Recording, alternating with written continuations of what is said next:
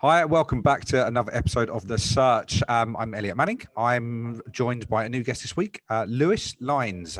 Lewis is a client of ours out in the States, someone that we have known for a while now, but he heads up the US. Is that right, Lewis, for Opus Talent? And you've been with them for quite some time now. Yeah, that's right. So, time flies. I've been here about 2 years. I look after everything for Opus Talent Solutions in the US. So that's JDRoss Energy, the energy brand, and then Opus Recruitment Solutions, the tech brand. Fine. So how long have you been out in the States for? It must be coming up for like 7 years now. 7 years out there. I'm sure you've been asked this many times, mate, but why, how, why the US? How did that come about in your career? I actually came here by way of Canada, which is a little unusual, I suppose. But I was in the UK. I was working for S3. I've been in London for about 3 years, and felt like it was time for a change of something. I wasn't really sure what, and I was watching the people in the Houston business for Progressive at the time. Yeah, absolutely flying, and I thought that seemed really good, but that office had already been established, and I sort of didn't want to just be like the next guy to go to Houston. But they're opening a new office in Calgary, in Canada, and that sounded like really exciting to me because I thought, wow, okay, oil and gas, Calgary. Like, didn't know much about Canada at the time, but I think at the time it was like the third largest crude reserves in the world there. So I thought, that would be great, and we could start that business off.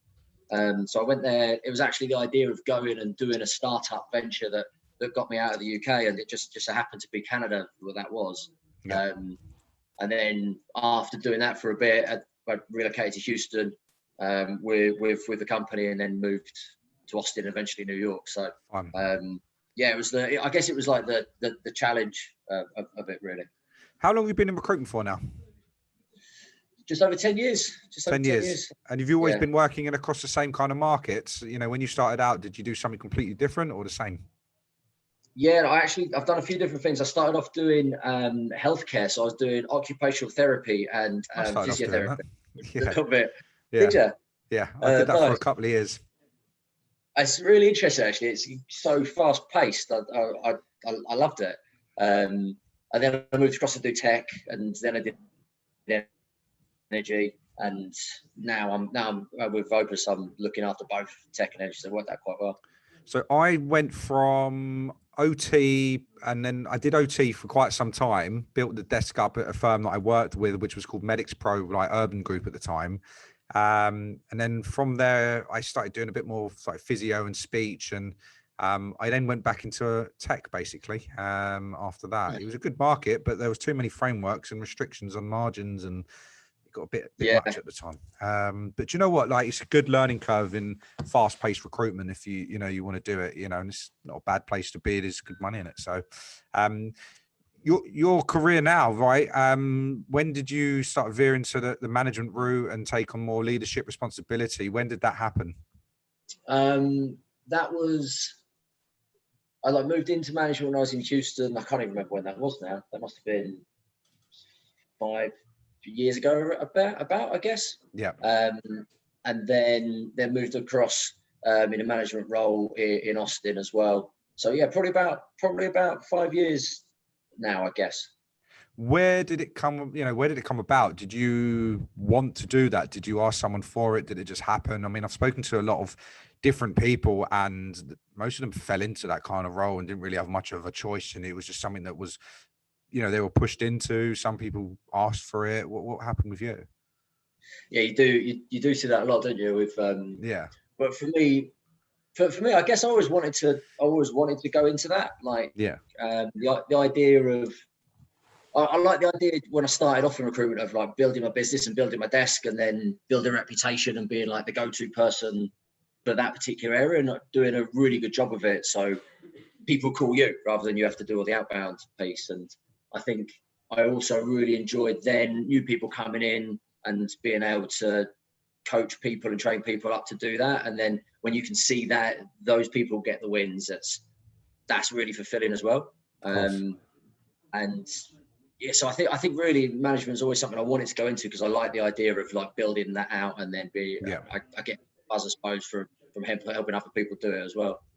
How do you, feel about the responsibility that you've got now, going from a management route to now being, at the, I suppose, top level, running the business that you do in the States and, being responsible for that? Is that been a bit of a change, in that sense, or is it something, you just said you thrive on it, something you wanted? Yeah, I think what I like about it now is that you get the opportunity to manage managers. Yeah. And that's a whole other skill set and learning curve that you go through, right? Because when you're managing and when you're managing people directly, you've always got the ability to dive in and do things directly. So when you're managing managers, it's an added challenge. So I enjoy that bit as well. But we're still lean enough to get in at the cold face still. I'm still speaking to candidates and still speaking to clients quite a bit. I'm still involved with like the more junior people coming through, because when we've got 3 offices, which sounds great, but that's 10 of us in New York, 5 in Dallas, 5 in Tampa. Like that's not too much to not be able to get stuck into all the meaty stuff as well. Do you think you'll miss it if you ever have to step away from it? A lot of people in recruitment that have grown up just dealing with the candidates, clients, the BD, the thrill of it, the fun of it, they find it hard to step away.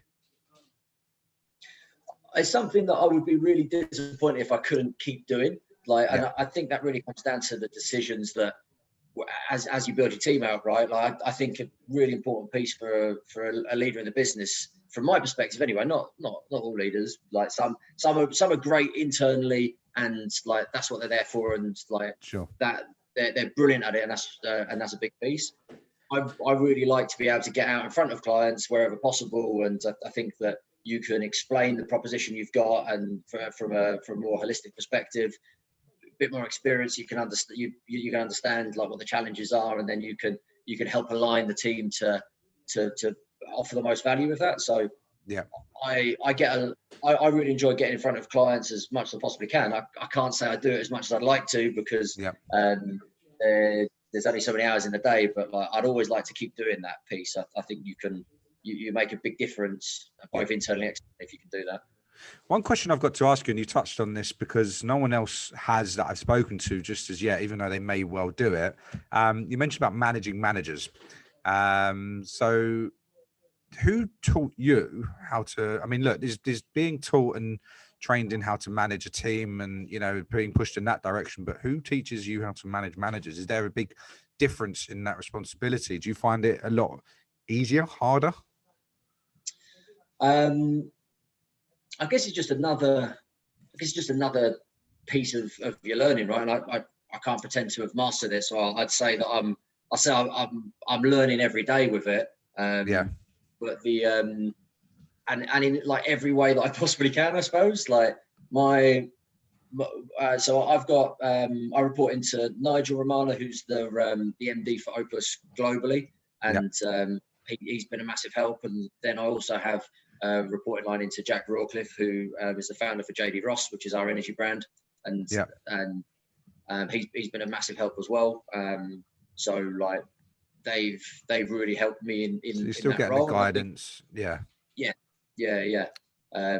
And I just think you try and learn something from everybody all the time. Do you know what I mean? Like there's always something you can take, even if it's just like a thought or a phrase or an approach or whatever. I really enjoy that piece of the job. I like to have something in front of me that is a challenge that is probably just a little bit further out of my capability, and then I really enjoy figuring out what that is and how to get there. Fun. I think it's just trying to learn. I know it's a bit of a washy answer when I hear it back, but it's like just trying to learn as much as you can from everybody you can. No, it's what you need to be doing. Everyone's doing the same kind of thing, and if you want to keep moving forward, you know that's the best way to do it. How have you found the past 12 months in changing the ways that you guys may have been working and having to manage managers remotely, and I guess sort of be responsible for a business on a, remote basis during a pandemic? How's that big challenge been for you, or is it not? Yeah, I think it's definitely been a challenge. I think there's some really good stuff. I was thinking this the other day. It's like I quite like working from home, but but I really miss working with people.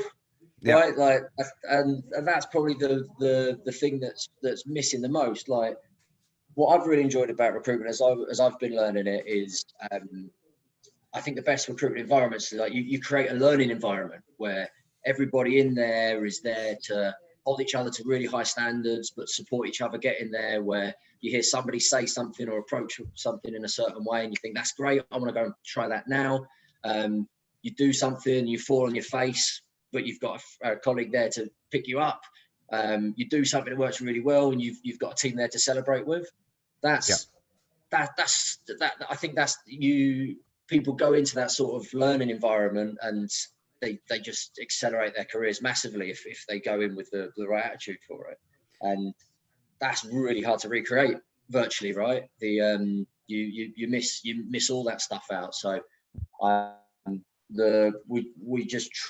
big challenge has been trying to do that. So we've been working through that. I think we're doing a pretty good job. Like, always open to more ideas. I don't suppose we've nailed it. But like that's probably been the biggest thing that I've missed. We're outside of like the nice things about like my new commute and stuff like that, right? No, of course. Yes, in New York, everyone's that's gone over there even the last couple of years. They're missing out on all the reason to being there, the fun of being there, and the hustle and bustle of actually, like you said, being in an office and a good team of spirits. And a lot of people have missed that. That's one of the biggest things that we've heard on feedback from just generally doing what we do as rec to rec is, as much as it's a luxury and nice working from home, you don't have that collaboration with the team that you need. And I suppose people to bounce ideas off of all that stuff that you just mentioned. So that was always the bit that I enjoyed the most. When I first came into recruitment, I was on a desk of like a really good team. Like they has really high standards, really good like team dynamic, were really supportive as well. And I was there in like my second week, and I'd have a question, and 3 people would tell me different ways of doing it, and I'd be buzzing, and I'd go and practice. So I'd go and try all of those things. So that's difficult to recreate, I think. Yeah, and I don't think anyone is prepared to learn how to run, develop, train a business in not in just a pandemic, but just generally just on a remote aspect. It's tough, right? If you wasn't doing it before, that is. And some firms are fortunate enough to have been in that position where they were doing it anyway. So it's normal for them. What's the plans for this year? What have you guys got lined up? You mentioned it to me kind of before the call, that there's a lot of stuff happening. You guys have been really busy, so all the positives are there, but what's happening with Opus in the US? So I joined because the company's got a really good track record for explosive growth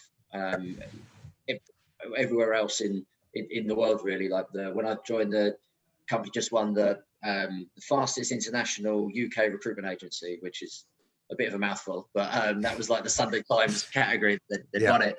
And but still hadn't really done that in America, and obviously America's the biggest market in the world. So for me, the opportunity to join the fastest growing in the biggest market right at the start felt like a bit of a no-brainer, really.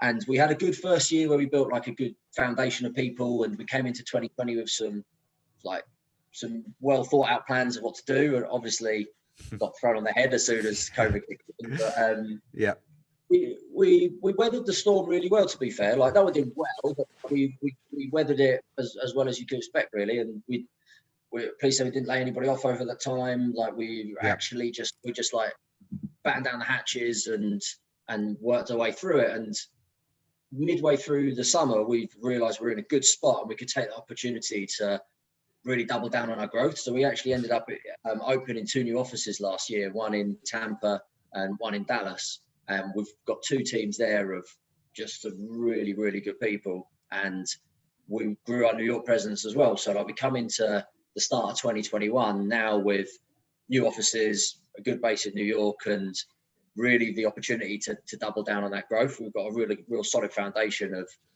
people in there who are like global top performers. We've got some good experience alongside us, and new people coming through. So a really good foundation for somebody, the people to come in and just sort of recreate the success we've been having. And that's what we're looking to do now. We're looking to like double really across the course of the year, in New York and in Tampa and in Dallas as well. Amazing. Just out of interest, and for those listening in, how do you select the locations that you want the businesses to grow in? Out of anywhere in the US, you've got Tampa and Dallas. Is that just due to your client base and where you've been making most money, or is that because that's where you see the growth? Is there any secrets to it? Yeah, do you know what? What we actually did, we started off thinking like, where's the best locations for us to go to, and we were thinking about that. But we sort of turned that on its head a little bit when COVID kicked in, and we thought the growth of the business has really come from finding the right people, giving them a big opportunity and backing them heavily to do it. If we give an example of that, the first office was in Bristol, the second office was in Sydney, which doesn't make a lot of strategic sense, really, does it? If you're an investor or a management consultancy, you probably question that decision. But the reason was that they found the right person who they really backed, and they backed him heavily to do it. And that guy's now gone on to be the MD for the Asia Pacific region. Sydney office is the biggest office in the business, and it's absolutely flying. So the successes that success story has been repeated a lot throughout the course of the company. And we then thought about America, and it's like, well, rather than look at location, why don't we just find the right people? And so, of course, the market and the locations have to make sense, right? You wouldn't open in the middle of nowhere and escape, because like our plan is to make America a dominant player for Opus globally, and like I want it to be responsible for 50% of the group's revenue. So everything we do needs to be done at scale. So we wouldn't have just done it in anywhere. But we were really led by the quality of the people that we could find. So we cast the net far and wide, and it was really the leaders that we found for those businesses that we could base it around. Fine. So just moving forward, like, what do you want to see from these people's backgrounds? What do they need to specialize in for you to sit there and think, do you know what, if you've got this background, in doing X, Y, and Z, for those listening in, what do you want to see? Do you know what, from a background perspective, like I look more for like competencies for everybody coming in, and the four things I look for: ambition, drive, coachability, and engagement. So I think that suits where we are as a business. Like as a business, we're ambitious about what we want to do. We have to be driven because a lot of it's from scratch. So like there's going to be a lot of obstacles along the way that you've got to overcome. We do look to create that learning environment. We've got a real commitment to that. So people wanting to come in to want to learn every day and get better every day. I feel like my aim is to get better every day, and if everybody does that, then it can't go wrong. So they have to want that from a coachability perspective, and then to be engaging. Like that doesn't mean that everyone has to be bouncing off the walls with bags of extrovert personality. Like you could be engaging through really thoughtful, thought-provoking questions, and so like but it's important to be engaging, because let's face it, most people aren't sitting around waiting to take calls from recruiters. You've got to find a way of breaking through the preoccupation, engaging them. So definitely that's what I look for competency wise. And people don't, for me, they don't need experience in a particular skill set or a particular market or anything like that. Like we can teach people that, but for experience hires for us, what we do, everything we do is candidate driven. We pick candidate short markets. We have a real specialist approach, and with all the markets we operate in, a top performer is worth a lot to a customer, and they're very difficult to find. Definitely. So our approach is to become famous in each of those markets for candidate experience, and somebody would have to buy into that as a thing as well, really. If anyone, and this is more like a final question for you, Lewis, because I know you got to shoot and busy day ahead. But what's what would you advise anyone who is either looking to set up shop in the US or even just a recruiter looking to get out to the States with a plan to attack it on their market? What would you advise them coming from potentially like the UK and the difference that it is? Is there anything that you would, tell them to look out for? Yeah, I think in the US you get the opportunity to do your job a lot better. Like but it can be difficult to give yourself the opportunity, and you've got to deliver on that. So like it's a lot more relationship focused, but you have to deliver. You have to follow through with that. Yeah. So I think that's probably the biggest difference between the two. It's like you have the opportunity to do your job at a higher quality, but then you've got to back that quality up. Actually, you've got to put your money where your mouth is. So that would probably be the biggest difference, I would say.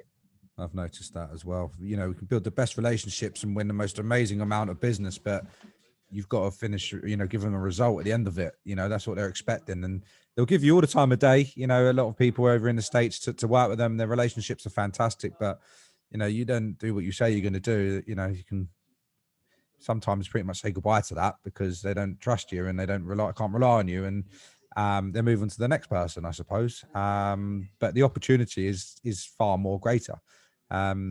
Which everyone says about the States. But look, for those who are listening in on this and they want to ask more questions, reach out to Lewis directly. If you're interested in opportunities out in the States and you're based over there, feel free to reach out to him. I'll be putting his details on, sharing this podcasting post. If you do want to, utilize myself to be introduced to Lewis in terms of, any questions or anything that you want, please do let me know. But Lewis, I've got a lot of notes, a lot of information here. You've shared a lot. It's gone quite quickly because of all the information you've been sharing with me. But we've been on this now for 20-25 minutes, which is great. Is there anything else you'd like to add, other than that at all? Or? No, that's good. I didn't realize that quickly went either. I must have been jabbering away for ages. So no, thanks for arranging. Absolute pleasure, Lewis. Look, thanks for coming on, and I'll speak to you soon. All right, brilliant. Thank you very much. Take care now. Bye.